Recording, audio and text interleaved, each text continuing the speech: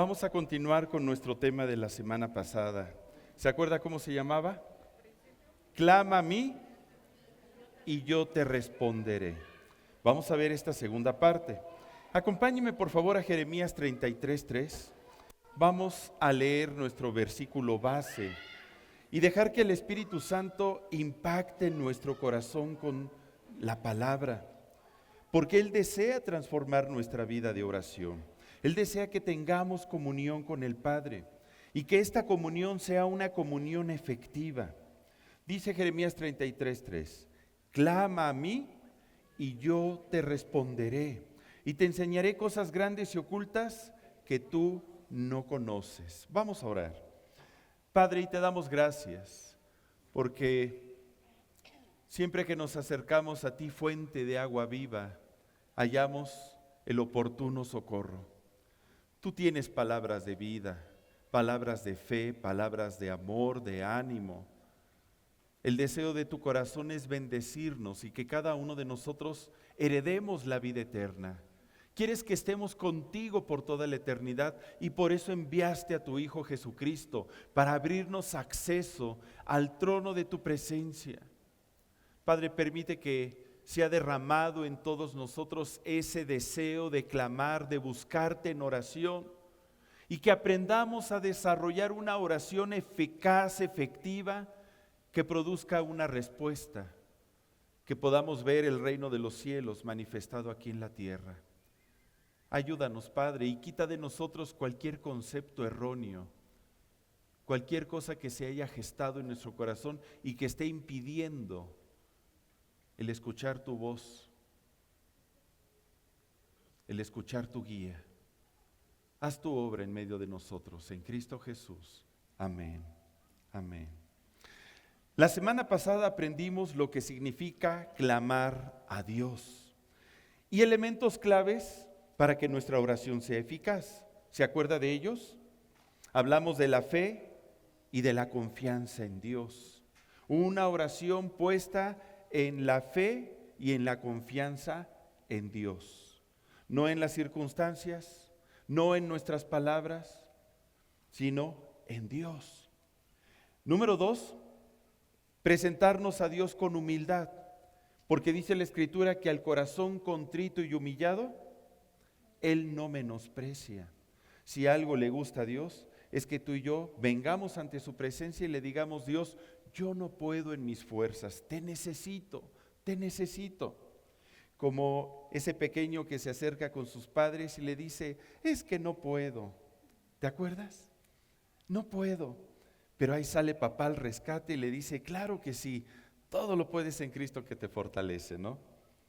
Número 3, hablamos de la perseverancia y del fervor. Clamar a Dios con perseverancia para que Dios responda. No nada más decirle: Dios, mira, pues te encargo el problema, hazte bolas tú y yo me desentiendo. No, sino estar clamando hasta obtener la respuesta. Número 4, hablamos de orar conforme a su voluntad, no conforme a la nuestra, sino conforme a la voluntad de Dios, que nuestra oración esté alineada a la voluntad de Dios. Este es un tema muy importante que lo vamos a destacar la próxima semana y que lo he tenido ahí en el tintero porque creo que es clave para que nosotros podamos vivir una vida de oración fructífera. Esto es, que tú veas el fruto de tu oración.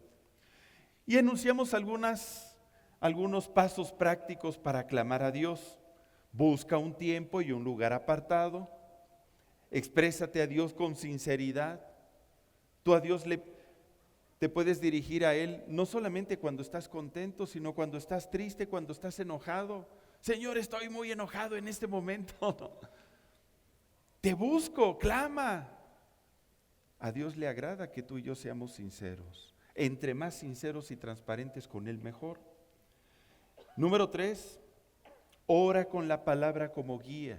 El libro de Salmos es una gran guía para que tú y yo podamos tener inspiración y decir: es que yo no me sé palabras de cómo dirigirme a ti. Ahí está la Biblia.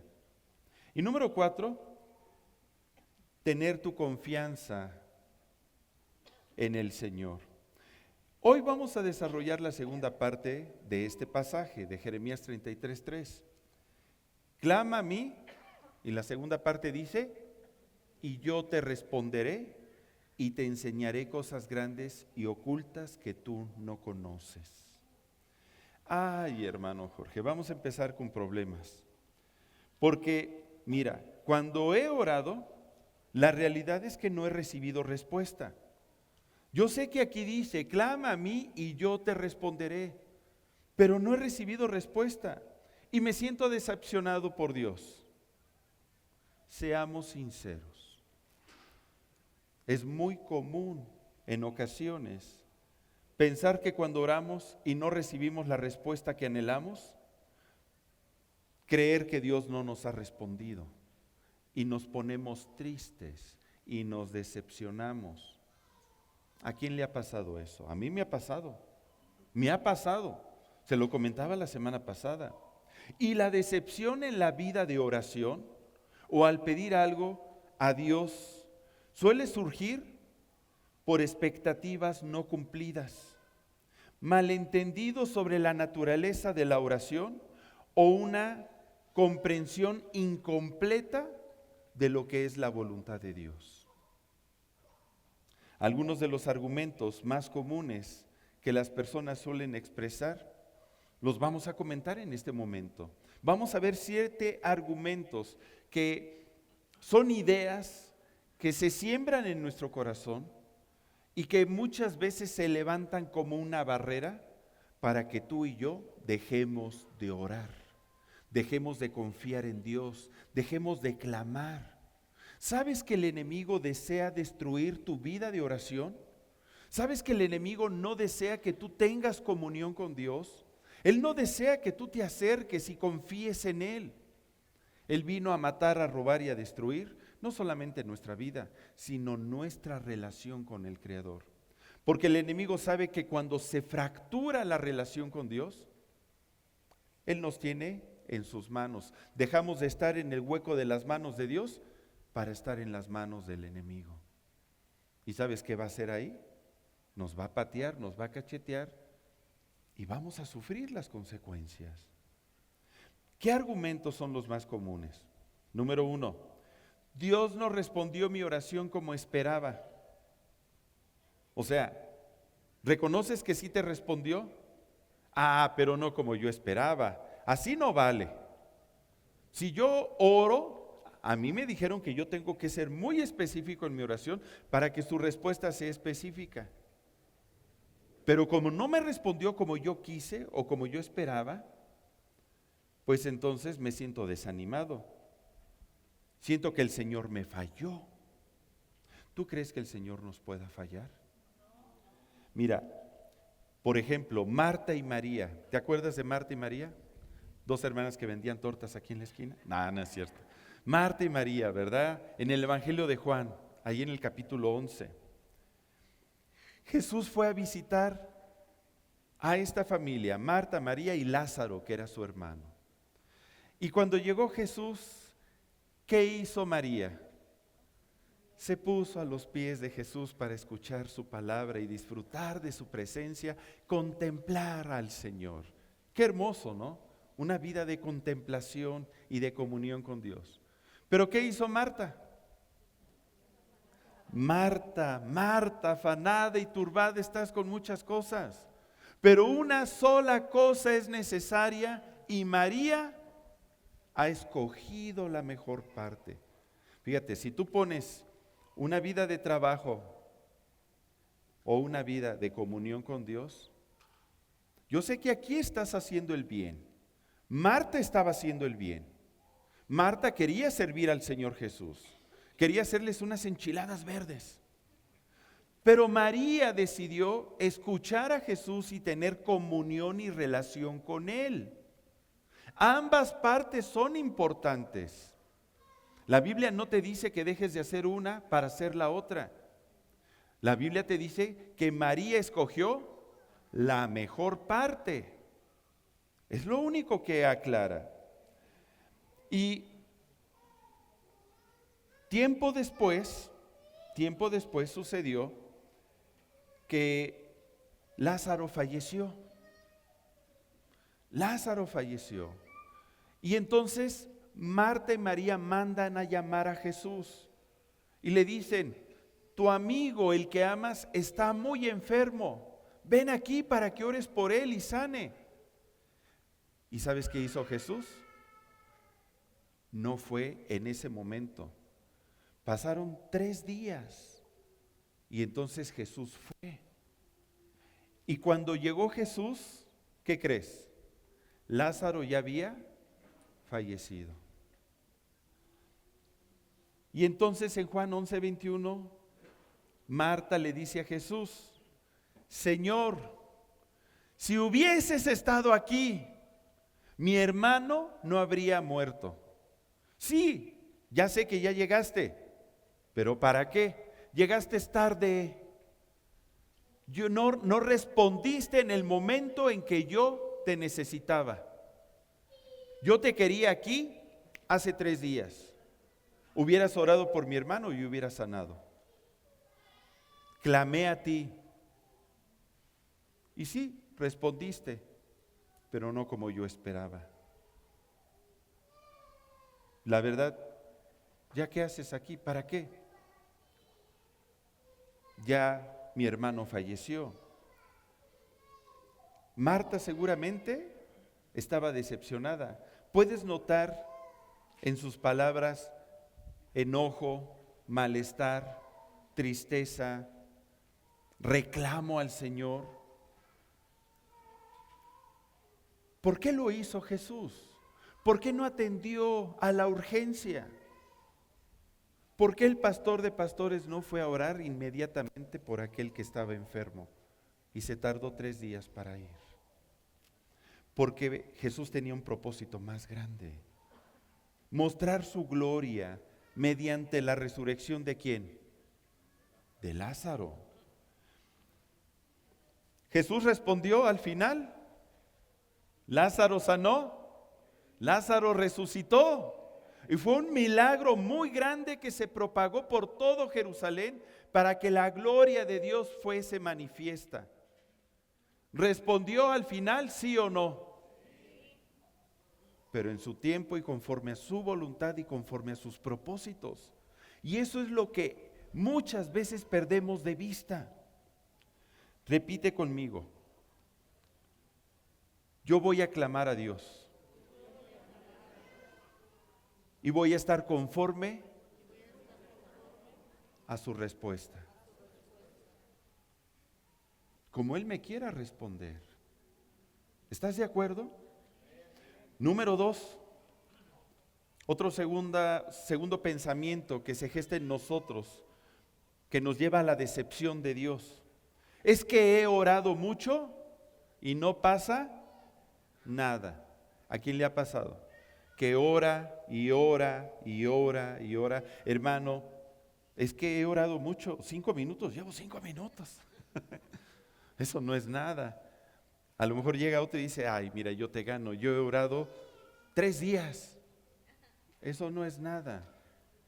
En ocasiones hay momentos en que se requiere orar meses o incluso años.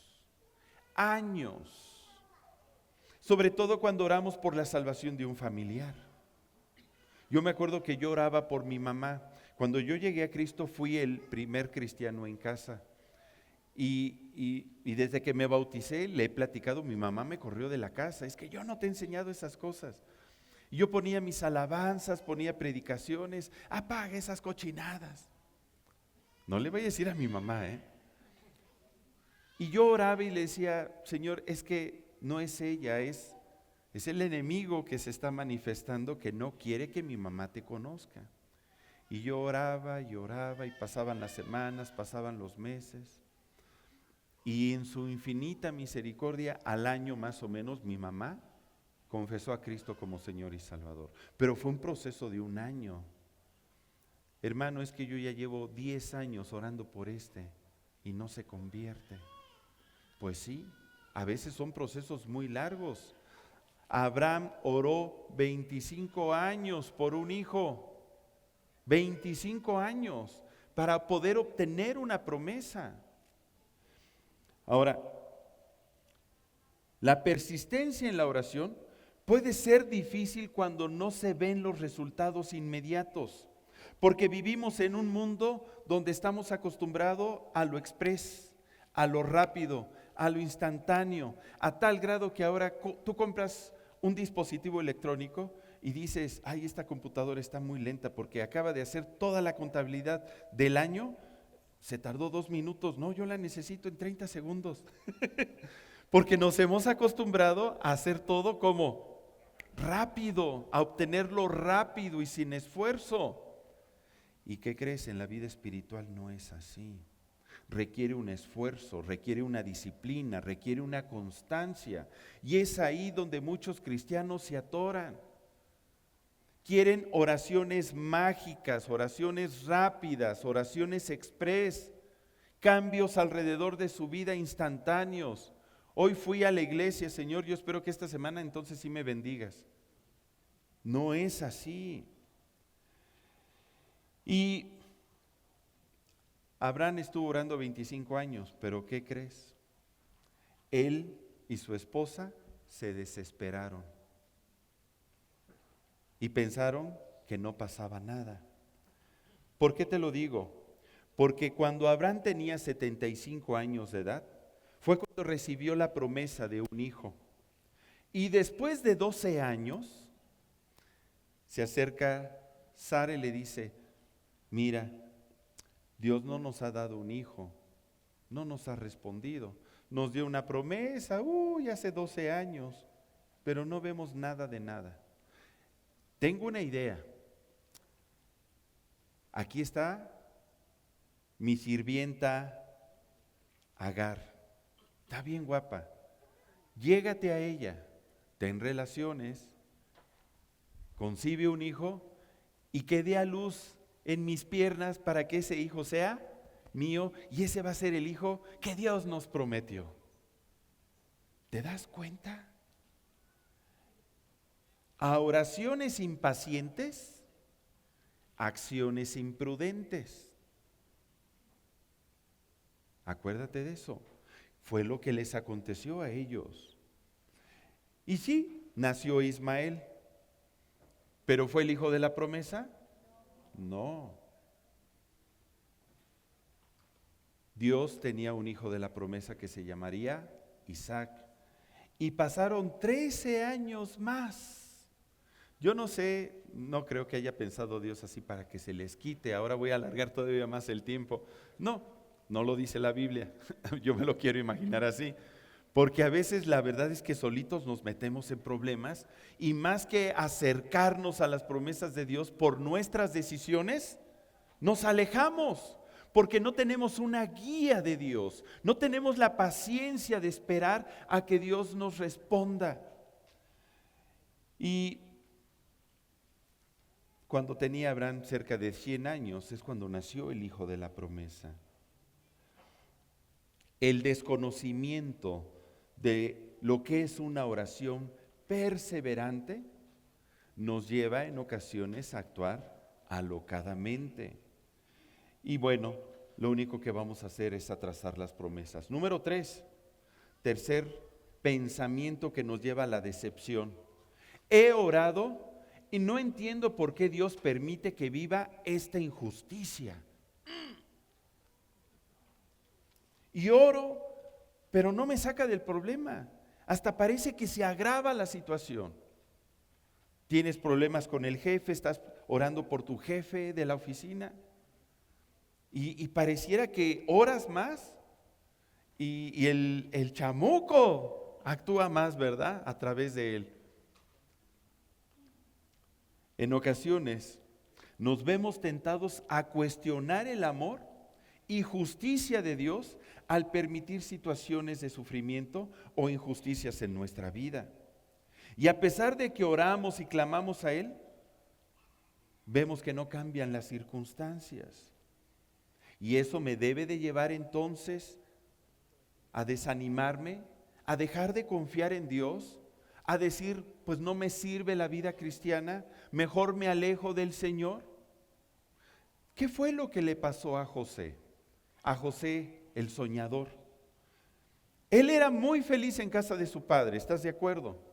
Era un hijo preferido, muy amado. Pero había envidia por parte de sus hermanos y lo vendieron a una caravana de ismaelitas que iba hacia Egipto. Y ahí fue comprado por Potifar, jefe de la guardia del faraón, y estuvo como su esclavo. De pasar de una posición de hijo, pasó a una posición de esclavo. Y eso es lo que a veces nos pasa a nosotros. ¿Cuántos somos hijos de Dios? Levanten la mano. ¿Y cuántos luego vivimos como esclavos?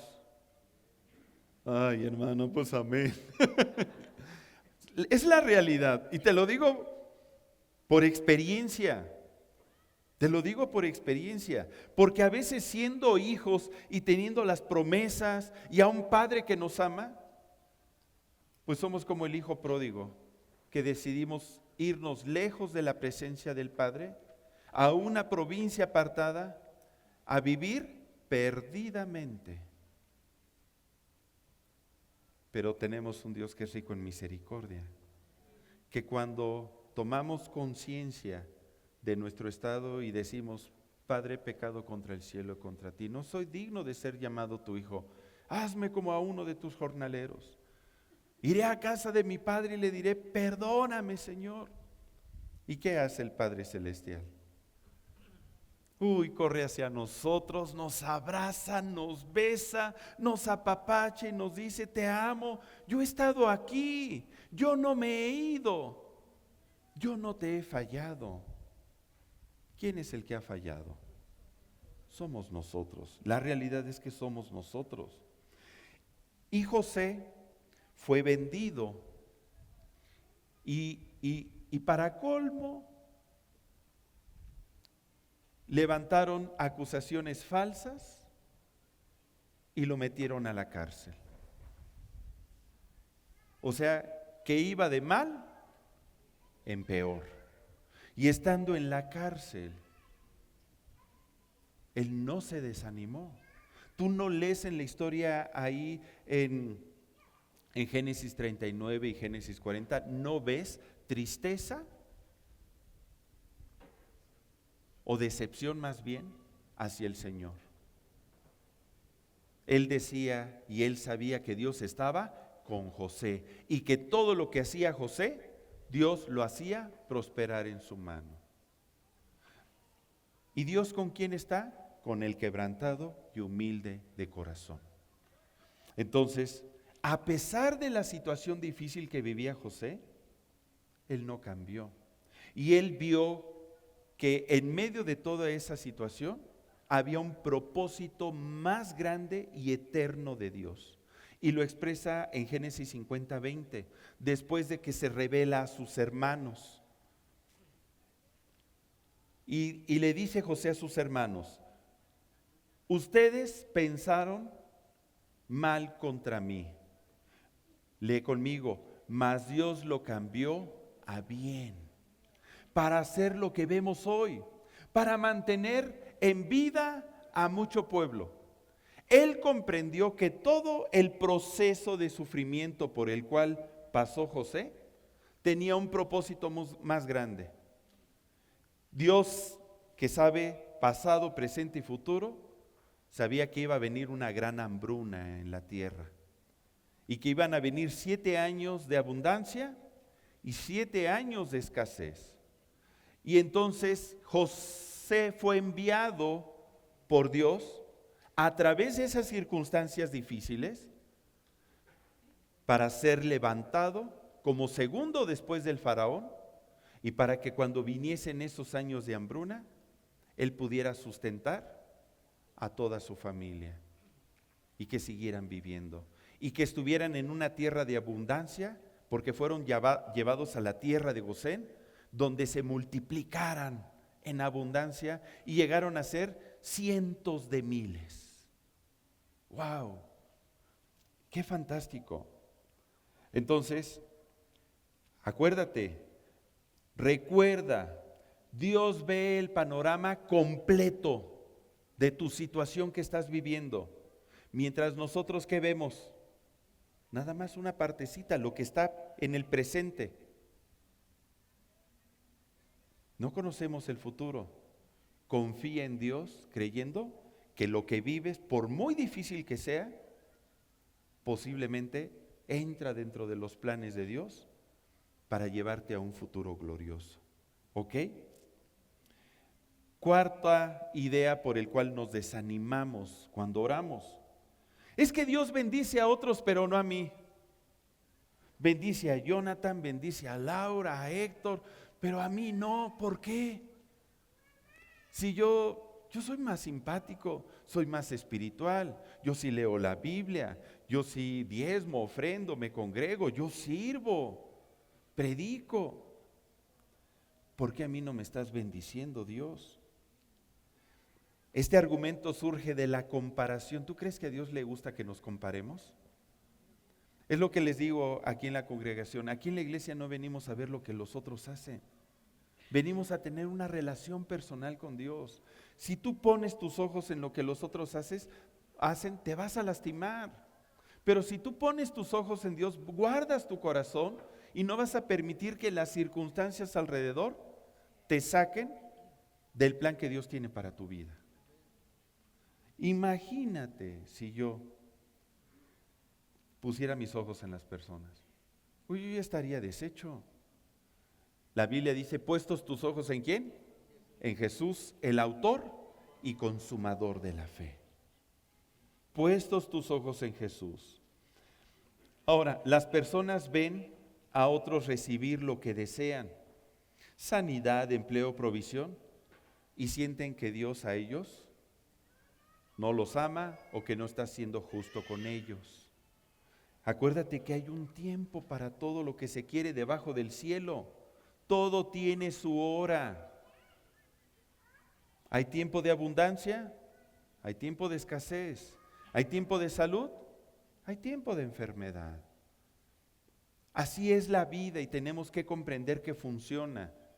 Hermano, es que no, yo quiero vivir siempre de victoria en victoria y de triunfo en triunfo.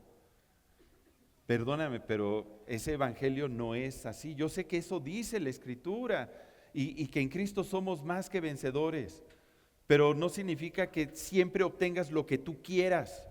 Somos más que vencedores en medio de circunstancias adversas y a pesar de que estamos sufriendo y nos duele, Dios está ahí fortaleciéndote para que tú salgas adelante. Eso es muy diferente. Quinto pensamiento, es que yo creo que Dios no me responde porque no tengo suficiente fe. El hermano Rodrigo tiene mucha fe, yo lo veo. ¿Sí? Pati rebosa de fe, ¿no? Y a veces se piensa esto porque como no se recibe una respuesta, muchas personas llegan a la conclusión, es que no soy lo suficientemente espiritual. Es que yo no soy como tú, hermano, tú estás bien cerquitita de Dios. Ora tú a Dios por mí, mejor, pídele tú a Dios. Dios no me escucha a mí porque mi fe es débil. Yo no tengo ni siquiera la fe del tamaño de un grano de mostaza. Fíjate, mi fe es microscópica. Tú necesitas un microscopio con una ampliación de 10,000 de aumento para que veas el tamaño de fe que tengo. Y la realidad es que esto se da porque no se ha aprendido que la fe no se mide por la cantidad, sino por la confianza en el carácter y en las promesas de Dios. Te decía la semana pasada que cuando mi mamá me dijo, ora por tu abuelita a ver si es cierto, yo la verdad, mi corazón estaba más lleno de incredulidad que de fe. Yo no sé si Dios vio alguna fe en mí, o tal vez no vio ninguna fe y la vio en mi abuelita, o tal vez hasta la vio en mi mamá, no lo sé. Pero lo que sí puedo ver es que Dios hace salir su sol sobre justos e injustos. Y que muchas veces Dios responde incluso las oraciones de los que son injustos, porque Él es grande en misericordia. Él da de comer a justos y a injustos todos los días. Fíjate, hoy todos los que no conocen a Cristo van a comer una rica barbacoa.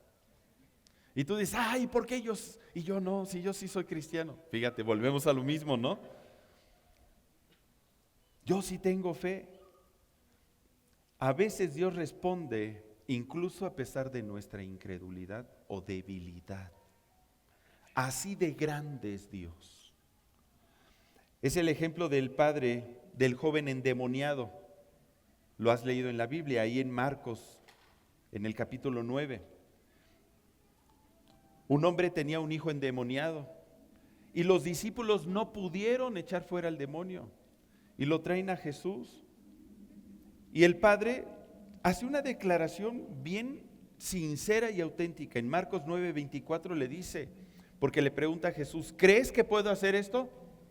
¿Y qué le contesta el papá? Creo, ayuda mi incredulidad.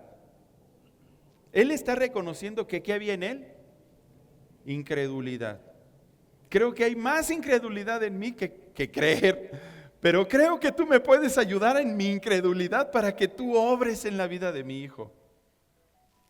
Y Jesús actuó, aunque su fe de este hombre no era perfecta. Dios no está esperando que tú seas perfecto para que Dios te responda.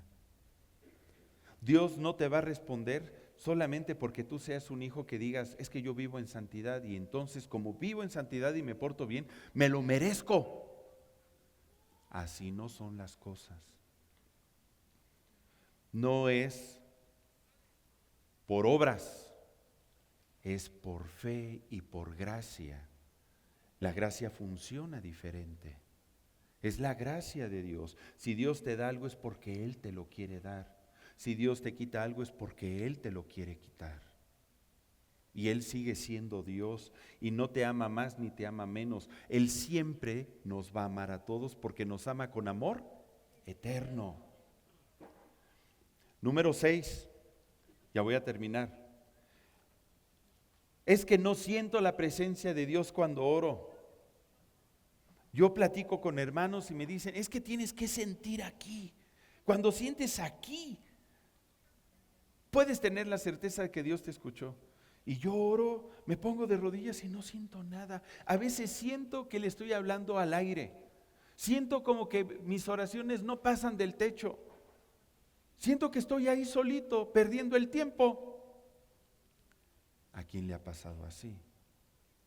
Muchas personas se decepcionan porque no experimentan una sensación espiritual inmediata al orar, lo que las hace dudar de la efectividad de su oración. El problema en este caso radica en que confundimos las emociones con la presencia de Dios. Nada tiene que ver las emociones. Dios es espíritu y los que le adoran y tienen comunión con Dios lo hacen en espíritu y en verdad. ¿Y cuántas veces yo he orado y no he sentido una emoción? Pero yo sé que Dios está ahí. Yo sé que Dios está ahí con nosotros. La fe no se basa en sentimientos, sino en la certeza de que Dios está presente y escucha. ¿Tú crees que Dios está aquí en medio de nosotros? Lo dice su palabra, donde quiera que estén dos o más reunidos en mi nombre, ahí estoy yo en medio de ellos. Pero sin fe es imposible agradar a Dios, porque el que se acerca a Dios debe de creer que le hay y que es galardonador de los que le buscan. ¿Qué significa? Debe de creer que Dios existe y que Dios está ahí junto a ti, contigo, que no estás platicando con alguien al aire. ¿Qué no prometió Jesús a sus discípulos en Mateo 28:20 cuando les dio la gran comisión? Y aquí yo estoy con vosotros todos los días hasta el fin del mundo. ¿Qué parte no se entiende de eso de que Dios está con nosotros todos los días hasta el fin del mundo? ¿Sabes que cuando Jesús nació, dice el Evangelio, que uno de sus nombres fue Emanuel, que significa? Hasta en su propio nombre lo trae. Emanuel significa Dios con nosotros. ¿Quién está contigo, hermano? Dios. No lo dudes. Todo el tiempo, todo el tiempo. Número 7 y último. Hermano Jorge, oré con la palabra, así como tú me dices, tú dices, ora con la Biblia, pero no me funcionó. A ver, ¿qué me dices de esto? No me funcionó. A veces las personas declaran promesas bíblicas esperando que se cumplan de manera automática. Pero al no ver los resultados se decepcionan y piensan que la palabra no tiene poder o que las promesas que están en la Biblia pues no son verdaderas o fueron para aquel tiempo y no para el mío. Fueron para aquellas personas, pero no para mí. El hecho de que tú ores con una palabra logos no significa que se convierta en una palabra rema en tu vida. Eso lo vamos a estudiar la próxima semana también. Hermano, pero ¿que no has leído lo que dice ahí en Hebreos 4:12? Porque la palabra de Dios es viva y eficaz y más cortante que toda espada de dos filos y penetra hasta partir el alma y el espíritu y las coyunturas y los tuétanos y discierne los pensamientos y las intenciones del corazón. La palabra de Dios es viva. Entonces, si yo confieso la palabra y oro con la palabra, pues tendría que actuar la palabra, porque estoy orando con la palabra. ¿Y que la palabra no es la voluntad de Dios? ¿Que la palabra no es verdad? El problema radica en que confundimos entre la voluntad general de Dios y la voluntad específica de Dios para una situación. Dios promete responder nuestras oraciones, pero recibir su respuesta no es solamente cuestión de fe, sino de discernimiento espiritual y de disposición para hacerlo en su voluntad. Esa es una clave importantísima. Oramos en su voluntad. Hágase como en el cielo,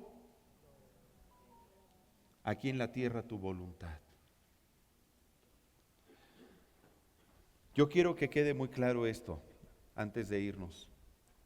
Dios siempre responde.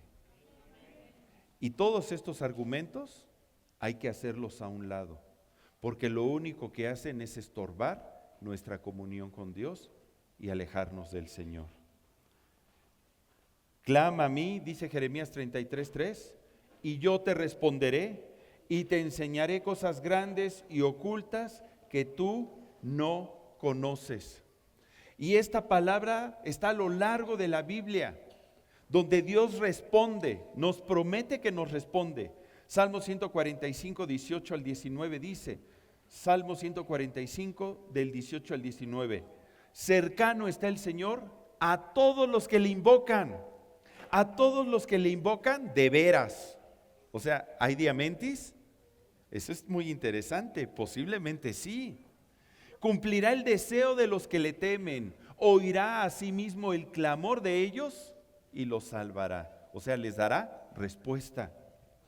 Dice también Salmos 34, 17, claman los justos y el Señor los oye y los libra de todas sus angustias. Ahí está la respuesta. Dice también Mateo 7, del 7 al 8, pedid y se os dará, buscad y hallaréis, llamad y se os abrirá, porque todo aquel que pide, recibe.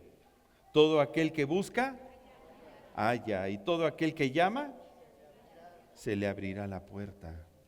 Claro que sí. Última cita, Juan 14:13. Y todo lo que pidieres al Padre en mi nombre, yo lo haré, para que el Padre sea glorificado en el Hijo. Si algo pidieres en mi nombre, yo lo haré, te voy a responder. ¿Sí queda claro? ¿Tú crees que Dios te responde? Tenemos un Dios que nos responde, pero ¿estás preparado para recibir sus respuestas? Eso vamos a hablar la próxima semana, de sus respuestas. ¿Qué tipo de respuestas nos puede dar el Señor?